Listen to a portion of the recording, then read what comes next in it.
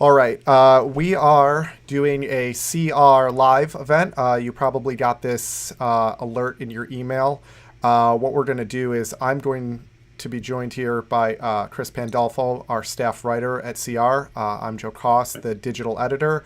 We're in between sessions right now of the hearing with Brett Kavanaugh, nominee to the Supreme Court, and we just heard from Christine Blasey Ford.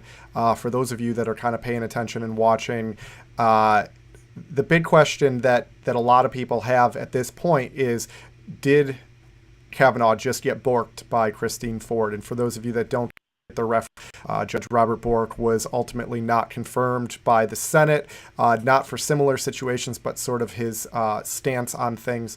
Chris, you're kind of down on Kavanaugh's chances at this point. What's the biggest takeaway from you from what happened this morning?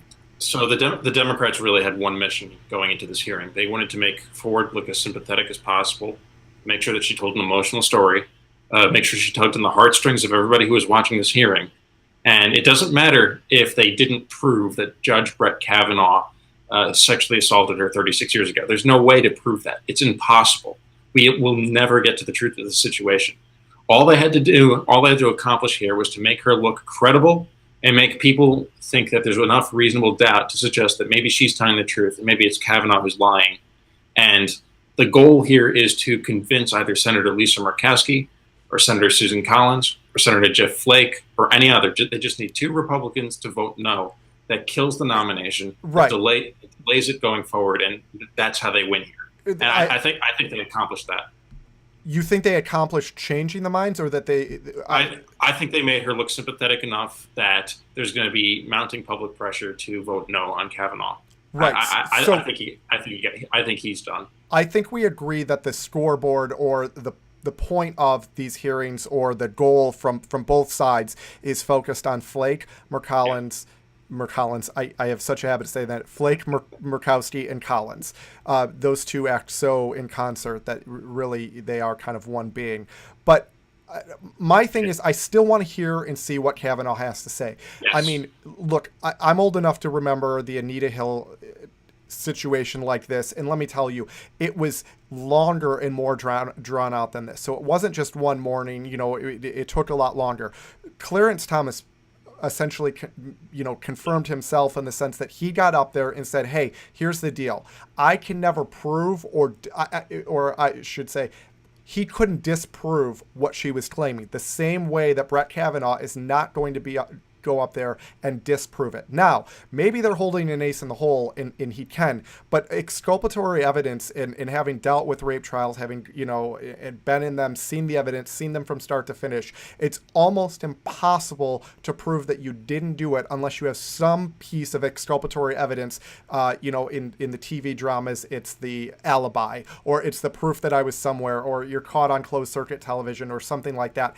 I don't think we're going to have that because we're talking about the 80s. We're talking 35 years ago. So that's not going to come out. So what Kavanaugh, I think, has to do at this point is he needs to go up there and say, look, this is a horrible thing that happened to Christine Ford. I don't doubt that something happened, but either, she's got the wrong guy or I wasn't there. But he then has to go beyond that and sort of do what Clarence Thomas did. He has to have that sort of history textbook sort of speech that resonates beyond what we saw this morning from Christine Ford. And I said earlier, this morning was all about emoting. You saw that from every single Democratic senator. They didn't actually ask a single relevant question to the facts of the case. They all praised Ford for being so brave. You're so courageous. But it's not a court case. That's the thing. It's not a trial. And this is what I'm saying. That's exactly right. So what Kavanaugh has to accomplish this afternoon to turn this around is he has to be sympathetic. He has to say something that just shuts up his critics, or do like Clarence Thomas did with the high-tech lynching moment. He needs to have that. And he needs to demonstrate not only is he a decent man, but he's being unfairly maligned, that it's hurting him and it's hurting his family, that there's no way to prove it, that he's credible and you can trust him over this woman. And what the Democrats are doing, this whole process that has led up to this moment, has been so despicable and slime-ballish and evil that it can't be rewarded and they need to be punished for it. That's what Kavanaugh's got to accomplish this afternoon. And the reason I'm so down on his confirmation chances is we saw him give an interview on Tuesday with Fox News, where he offered his first kind of preview of what his defense is going to be like. And dude, he just doesn't have it in him. He does not have the fire in his belly to make that sort of defense. He was just very calm, nerdy, and he kept asking for a fair process. I just want a fair process. Dude, there is no fair process. The Democrats avoided the fair process right from the beginning when they got these allegations. We learned today they got them before Kavanaugh was even nominated, and they sat on them through the entire process, and then they unleash it on him on the last minute, and this whole evil situation unfolds as it has the last couple of days. So there's no chance of having a fair process. Kavanaugh, in his interview on Tuesday, didn't seem to recognize that. And if he's not prepared to deal with how the Democrats are going to savage him this afternoon, I'm telling you, he's just not going to have that moment. He's not going to look good. And over the weekend, you're going to see probably an up or down vote that goes down. Let's talk about a couple things, because it's difficult for those of us who do this and know what's going on and why the things happen, to sort of sit and watch Twitter and Facebook, and some people in the comments here in the chat on this stream are saying, hey, this isn't a fair process. This could go on for months. And here's the thing. I don't think it's going to go on for months for a couple of reasons. One, the GOP would never get somebody through if it goes on months and they lose it. But I understand the sentiment that this is a delay tactic from the Dems, and it seems that way. One of the questions that the prosecutor, who the Republicans use as opposed to letting the senators speak, was getting to that point. And a lot of people probably, and you feel this way, that was a wasted opportunity.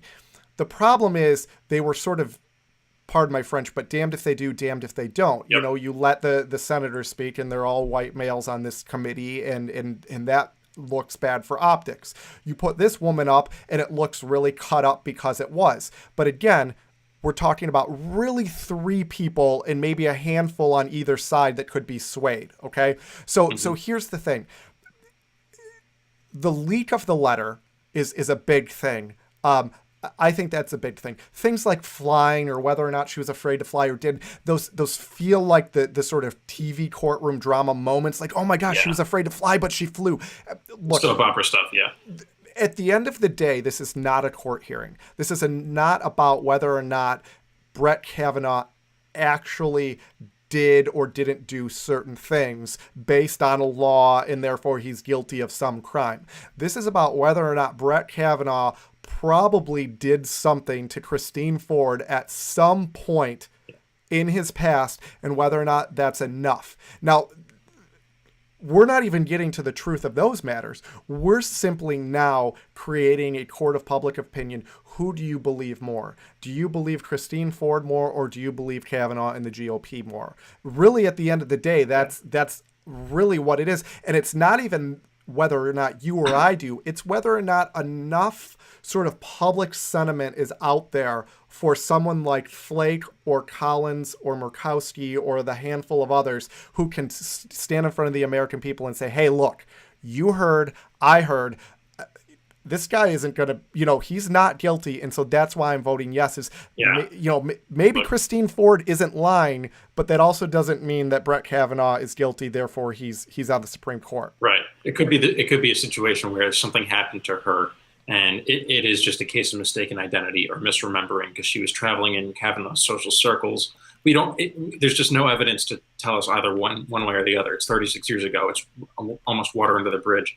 So what does then Kavanaugh have to do this afternoon? So like I said before, what Kavanaugh has to do this afternoon is he has to be sympathetic. He has to be able to convey that I am innocent. This is what is happening to me is unfair. It could happen to any one of you people out there. Somebody could bring allegations against you from 36 years ago, and then you're presumed guilty, and that's not fair, and that's why I need to be confirmed with the Supreme Court, because the Democrats have acted evilly, and they cannot be rewarded for this behavior.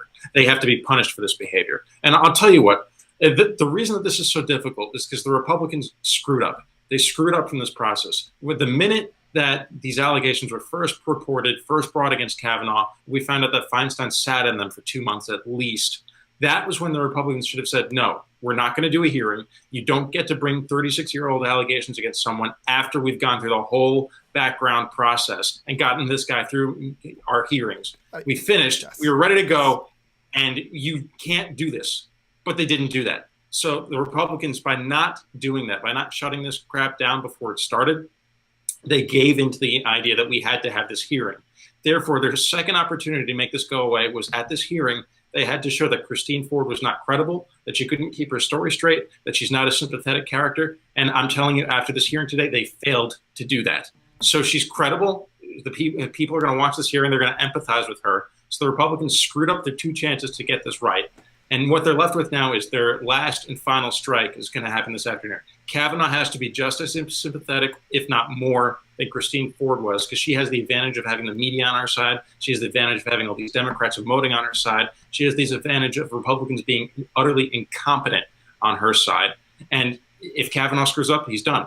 There's just nothing you can do to salvage that. Even if they do end up confirming into the Supreme Court, when the midterm elections roll around, suburban moms and women voters that feel uncomfortable with how this whole process fell out, they're going to lash out at the GOP, and they're going to lose control of either the House or maybe the House and the Senate. It's just, the whole situation sucks.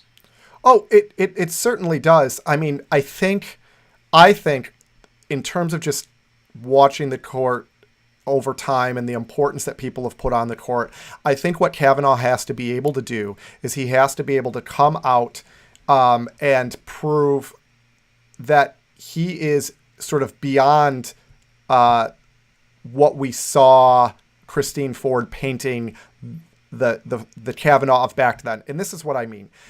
He has to be able to go up there and say, hey, look, I'm not trying to prove that something didn't happen to Christine Ford. What I'm trying to prove is that, like you were tapping into, that a person can't just make an allegation. I didn't do this. She's saying I did. I'm saying I didn't. And we're never in this forum going to get to the bottom of this.